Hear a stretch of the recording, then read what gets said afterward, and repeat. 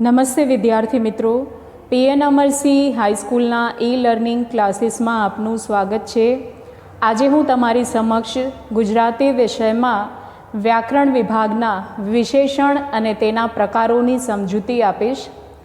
સૌપ્રથમ વિશેષણ એટલે શું તે જોઈએ। વિશેષણ શબ્દમાં વિશેષ પ્લસ અણ છે। વિશેષ એટલે વધારવું, અર્થમાં વધારો કરનારું। તે મુજબ સંજ્ઞાના અર્થમાં કંઈક વિશેષ ઉમેરે એટલે કે સંજ્ઞાની સંખ્યા સૂચવે, ગુણ દર્શાવે તેવા પદોને વિશેષણ કહેવામાં આવે છે। ટૂંકમાં જે નામ કે સર્વનામના અર્થમાં વધારો કરે છે તે શબ્દને વિશેષણ કહેવામાં આવે છે। અહીં ઉદાહરણ દ્વારા તેની સમજૂતી મેળવીએ। રાતો ઘોડો સૌથી આગળ વધે છે।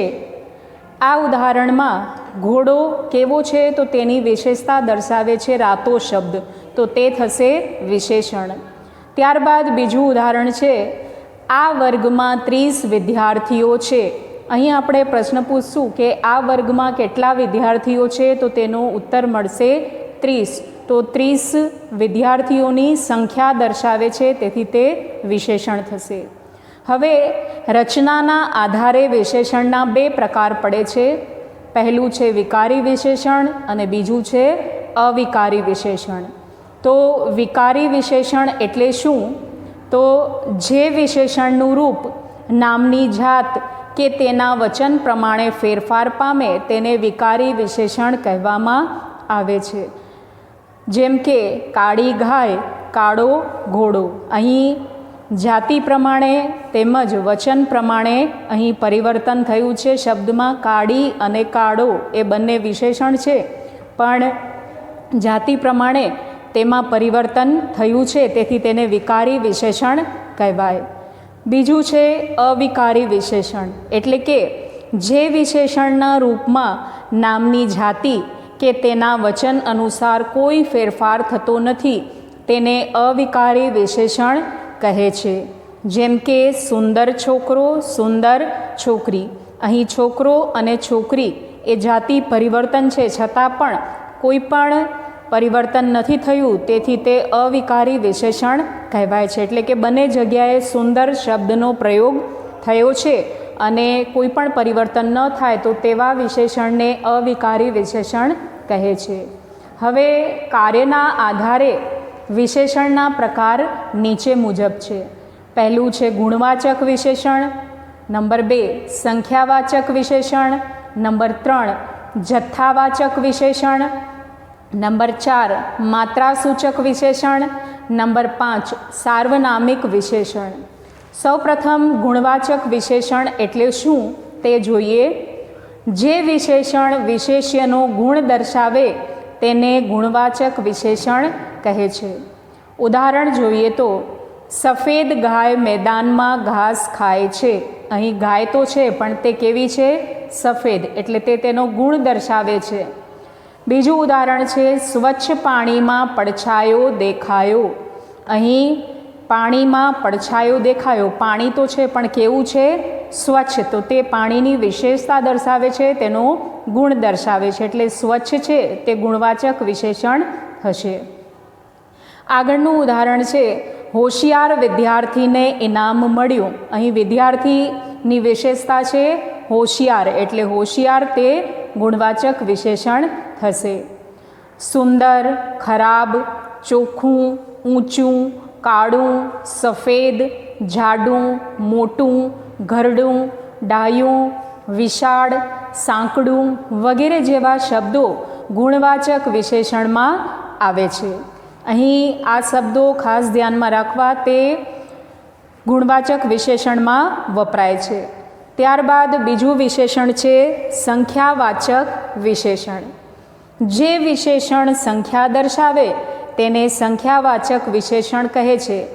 આ વિશેષણના પણ 3 પ્રકાર છે, જેમાં પહેલો પ્રકાર છે સાદી પૂર્ણ સંખ્યાવાચક વિશેષણ। જે સંખ્યાઓ પૂર્ણ સંખ્યાનો નિર્દેશ કરે તેને સાદી પૂર્ણ સંખ્યાવાચક વિશેષણ કહે છે, એટલે કે પૂરી સંખ્યાનો નિર્દેશ કરે તો તે સાદી પૂર્ણ સંખ્યાવાચક વિશેષણ કહેવાય છે. ઉદાહરણ જોઈએ તો 6 ચોપડીઓ ટેબલ પર છે. કેટલી ચોપડીઓ ટેબલ પર છે? તો તેનો ઉત્તર છે 6. તો 6 જે છે તે પૂર્ણ સંખ્યા દર્શાવે છે, તેથી તે સાદી પૂર્ણ સંખ્યાવાચક વિશેષણ બનશે. બીજું ઉદાહરણ છે 5 બાળકો રમે છે. તો 5 જે છે એ પૂર્ણ સંખ્યા દર્શાવે છે, તેથી તે વિશેષણ થશે.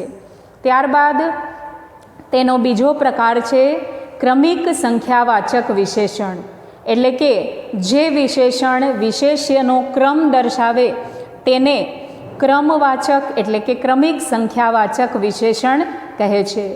ઉદાહરણ જોઈએ તો વર્ગમાં મારો પ્રથમ નંબર આવ્યો.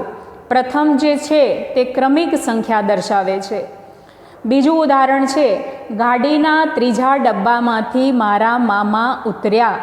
ત્રીજા તે પણ ક્રમિક સંખ્યા દર્શાવે છે, તેથી તે ક્રમિક સંખ્યાવાચક વિશેષણ થશે. આ વિશેષણમાં પહેલું, બીજું, આઠમું વગેરે જેવા શબ્દો જે છે તે ક્રમિક સંખ્યા દર્શાવે છે, તેથી તે ક્રમિક સંખ્યાવાચક વિશેષણ બને છે. ત્યારબાદ ત્રીજો પ્રકાર છે સંખ્યાંશવાચક વિશેષણ. આ જ વિશેષણનો ત્રીજો પ્રકાર સંખ્યાંશવાચક વિશેષણ. જે વિશેષણ વિશેષ્યનો એટલે કે સંખ્યાનો અમુક ભાગ દર્શાવે તેને સંખ્યાંશવાચક વિશેષણ કહે છે. ઉદાહરણ દ્વારા સમજૂતી મેળવીએ. પા ગ્લાસ પાણીથી ભરેલો છે. અહીં પા તે સંખ્યાનો અમુક ભાગ દર્શાવે છે, તેથી તે સંખ્યાંશવાચક વિશેષણ બનશે. બીજું ઉદાહરણ છે હોટલમાં કેટલાક લોકોએ અડધા ભાગનું ખાવાનું છોડી દીધું. અહીં અડધા એ પણ સંખ્યાનો અડધો ભાગ છે, તેથી તે સંખ્યાંશવાચક વિશેષણ બનશે.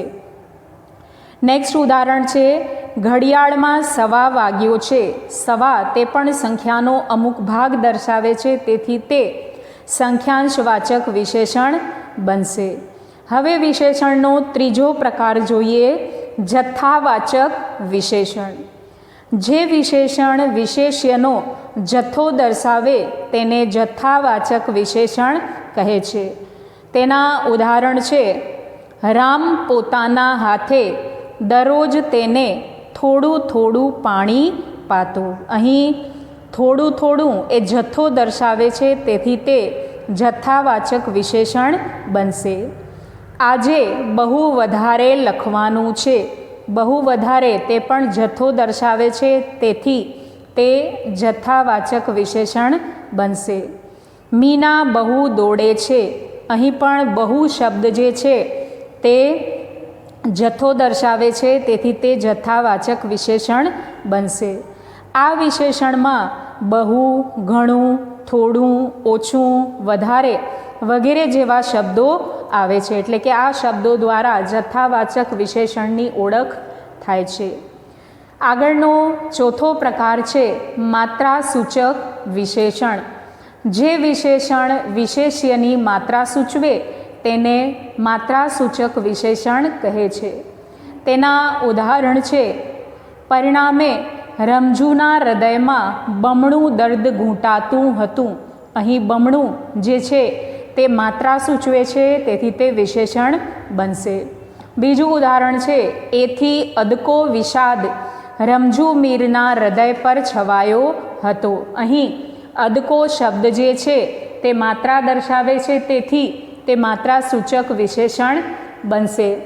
આ વિશેષણમાં આછું, ઘેરું, સાવ, તદ્દન વગેરે જેવા શબ્દો આવે છે, જેના દ્વારા માત્રા સૂચક વિશેષણની ઓળખ થાય છે. આગળનો પાંચમો અને અંતિમ પ્રકાર છે સાર્વનામિક વિશેષણ. સર્વનામ પરથી વિશેષણ સાધવામાં આવે છે તેને સાર્વનામિક વિશેષણ કહેવાય છે.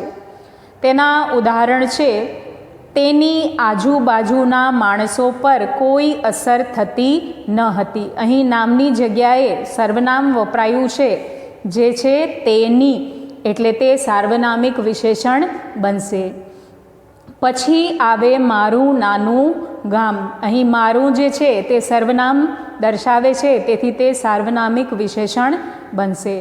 આગળનું ઉદાહરણ છે, ગામની બાજુમાં કોઈ પ્રસિદ્ધ સ્થળ નથી. અહીં કોઈ એ શબ્દ પણ નામની જગ્યાએ વપરાયું છે, તેથી તે સાર્વનામિક વિશેષણ બનશે. આટલું કામ રમાને કરવાનું છે. અહીં કામ છે પણ કેટલું? આટલું, એટલે તે સર્વનામ છે, તો તે સાર્વનામિક વિશેષણ બનશે. આ વિશેષણમાં મારું, તારું, આપણું, તેનું, તેમનું, આટલું, આવડું વગેરે જેવા શબ્દો આવે છે, તો તેના દ્વારા સાર્વનામિક વિશેષણની ઓળખ થાય છે. અહીં આપણે વિશેષણ એટલે શું, તેમાં રચનાના આધારે તેના બે પ્રકાર, વિકારી વિશેષણ અને અવિકારી વિશેષણ, તેમજ કાર્યના આધારે વિશેષણના 5 પ્રકાર, જેમાં ગુણવાચક વિશેષણ, સંખ્યાવાચક વિશેષણ, જેના પણ 3 પ્રકાર છે, જેમાં સાદી પૂર્ણ સંખ્યાવાચક વિશેષણ, બીજું ક્રમિક સંખ્યાવાચક વિશેષણ અને ત્રીજું સંખ્યાંશવાચક વિશેષણ, તેમજ ત્રીજો પ્રકાર જથ્થાવાચક વિશેષણ, ચોથું માત્રાસૂચક વિશેષણ અને 5મું સાર્વનામિક વિશેષણ. તો આટલા પ્રકારની આપણે સમજૂતી મેળવી. આભાર.